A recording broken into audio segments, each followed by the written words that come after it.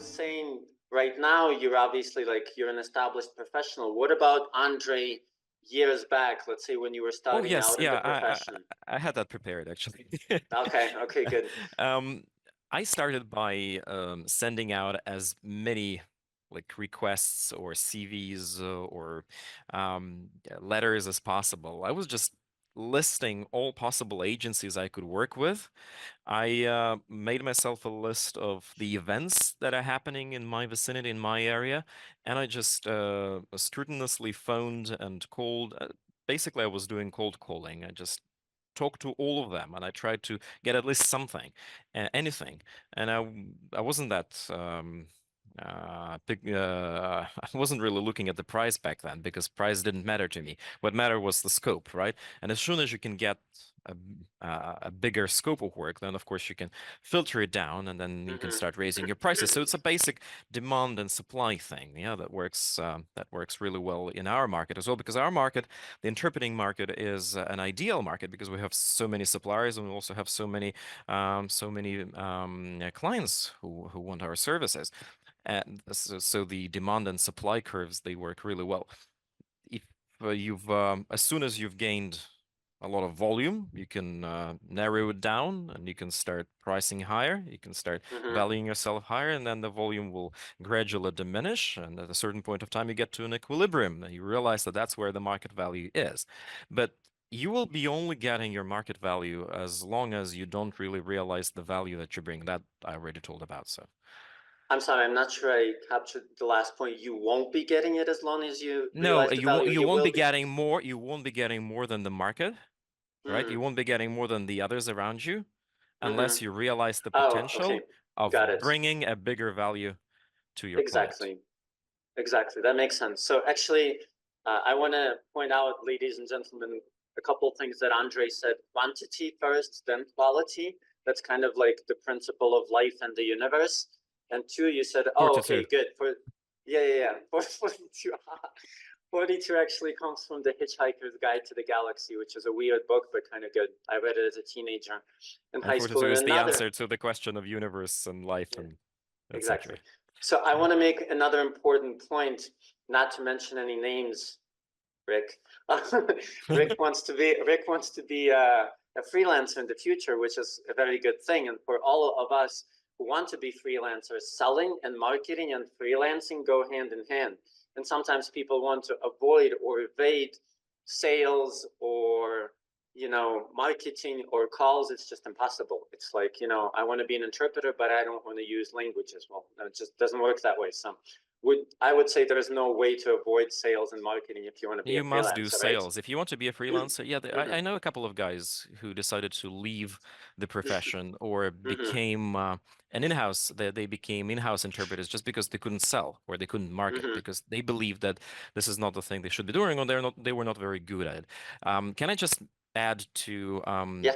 the question of how do I find new customers? Every time I get a new call from a customer that I don't really know, what really helps is having all that experience behind my back. What really helps is, I don't know, shooting names at them, like Mm. projects you did that Mm. Good advice. specifically hit at whatever they're doing, whatever they're selling, or whatever they're constructing. You just say, I worked with that. So which area you're from or which business are you from? They say, I'm from oil and gas. Okay, I worked with this company at this particular project and we did this and this and that. They say, Mm. cool, but how about something different? Okay, say we done something different. Whatever you were saying, well, we haven't done that yet, but I Mm-hmm. know where I can draw information from, or I know who I can talk to, and I know where I can learn that from. Because another important matter here is specialization. Right.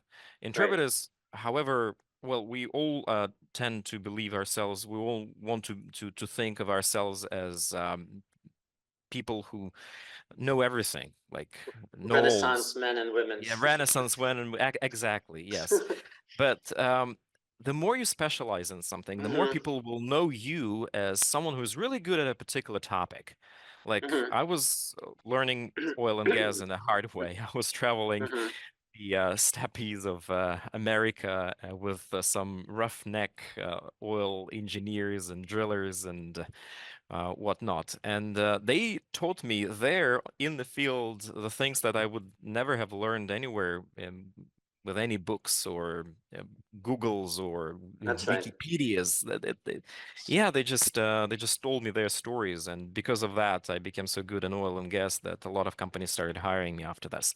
And the same applies to every new interpreter who wants to become a good interpreter. Specialize in something, and people will know that you are an expert in that particular field, and they will go to you for that. And you can advertise. When advertising, you can say, "Well, the best thing I do is this and that." Mm-hmm.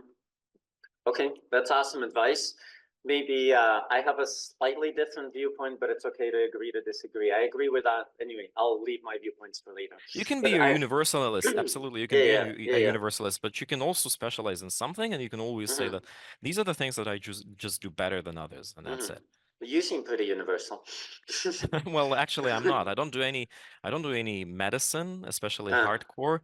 uh, I can't do that. That's yeah. too hard for me. I've tried a couple of times, but again, I lack the knowledge for this. I understand.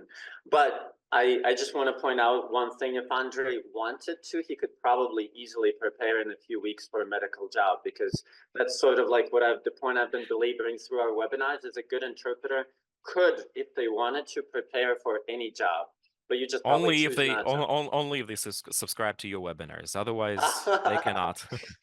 It wasn't supposed to be a sales point, but okay, good. Well, you've definitely sold me. When I need a colleague, I want to be your booth partner. I want you to be my booth partner. That's one of my goals for this year, is to work with Andrey and Natasha. My mom, hopefully Natasha is with us. She was a good court partner. Anyway, I think we're going to move on to our next speaker. Any last words of wisdom for our audience, Andrey? Do interpreting instead of doing drugs. That's awesome. Thank you so much. I know it's late for you. You're super welcome to stay and hear what the others have to say, but we won't be offended also if you disconnect, but it's up to you. So thank you Thank so you very much. much for inviting. You're an amazing person. I hope that everybody will have more time to spend with you and learn the words of wisdom from you. Thanks a lot for inviting. Thank you. And I'm going to invite Andrey. Hopefully he accepts for our interpreting webinar, which will be the last in the series. Anyway, there, I just signed you up for it now. Hopefully you'll be with us. Have a good night.